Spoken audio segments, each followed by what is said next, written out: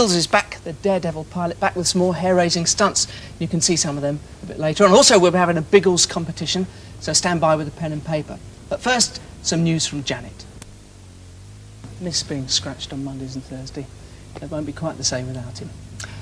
Well, now for the Biggles, the intrepid pilot. He was a character created by the author and pilot W.E. Johns, and this was just some of his adventures. From 1920 to 1968, Captain Johns, who was a pilot, just like Biggles is in the books, wrote 98 Biggles stories. Altogether, 100 million Biggles books have been sold in 20 different countries. They've been translated into 12 different languages, and Biggles and his gang, Algy, Bertie and Ginger, are famous the world over.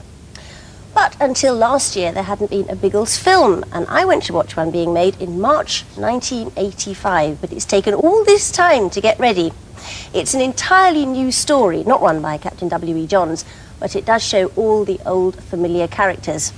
And Biggles goes through a time warp too, so he's zapped backwards and forwards from 1917 to 1986.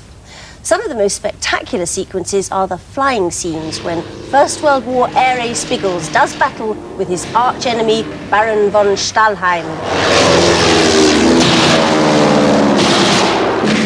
This dogfight wasn't over France 70 years ago, but over the English Midlands in 1985.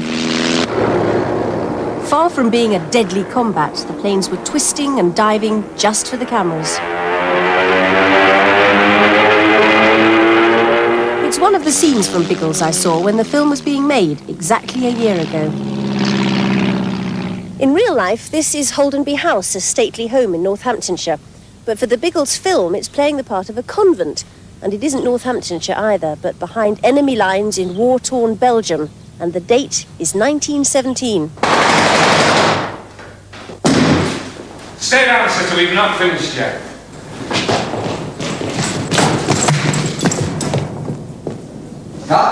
That was just one take of one scene. It was repeated so it could be filmed from different angles. And while last-minute alterations were made to the script in a makeshift outdoor office, actors, their doubles and extras relaxed in the graveyard.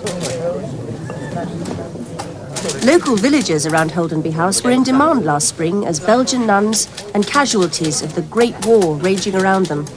It's amazing how just a few costumes and some makeup can create 1917 in the 1980s. If you're familiar with the Biggles stories, you'll know that wherever he is, his faithful friends Ginger, the Honourable Algernon Lacey and Lord Bertie Lissy are never far behind. I met them all during a lull in the acting. Good morning. What sequence are you waiting to do?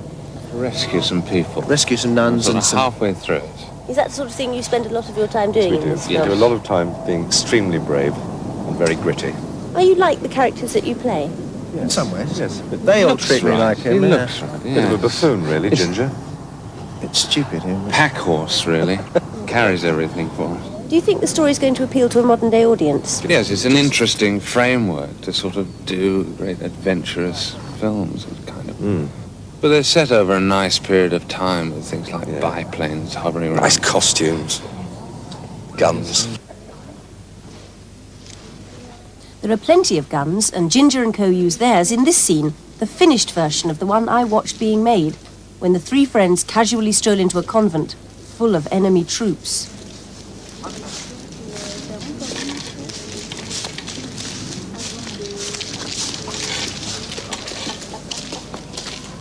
I say, would you chaps consider surrendering?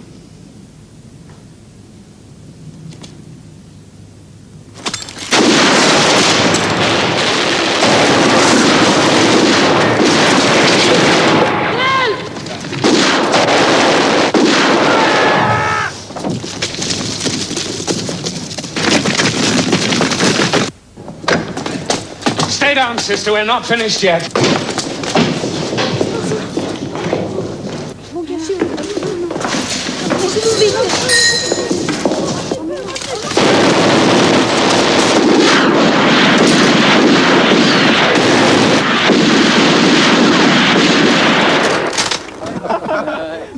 But this German soldier seemed friendly enough, and away from the cameras, Algy dozed in the sun instead of dodging bullets.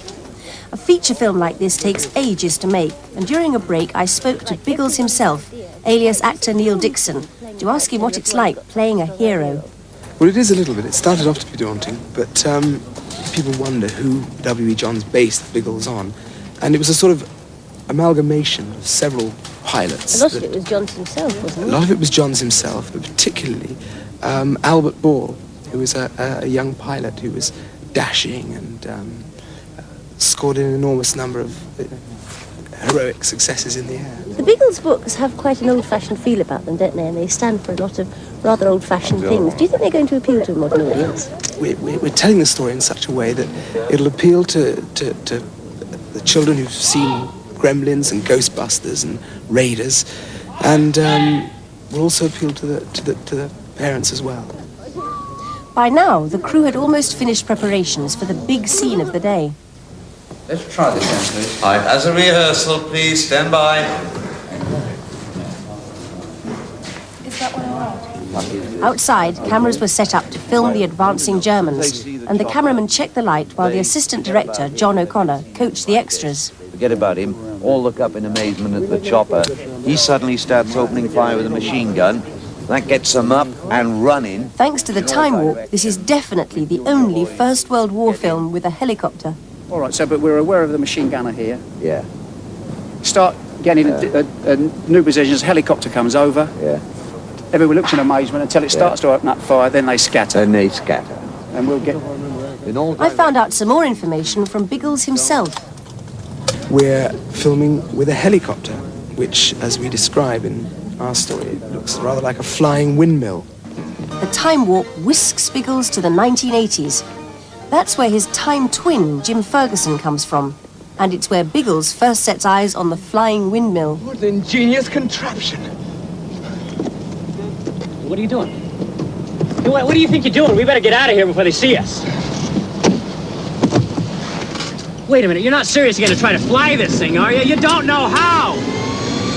If you can fly a sock with camel, you can fly anything. Stay where you are!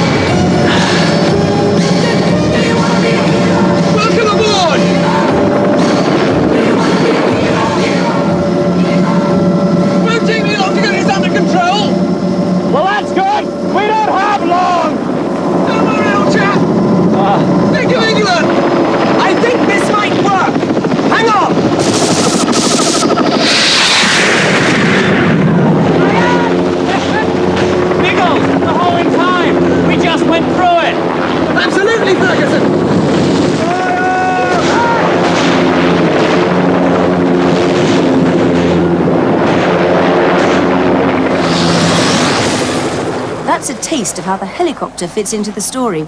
It certainly creates quite a stir back in 1917.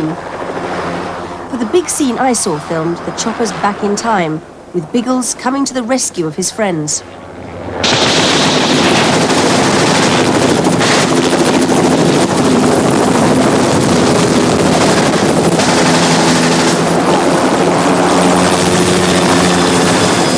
Whether he's at the controls of the chopper or piloting his trusty Sopwith Camel, you can rely on Biggles.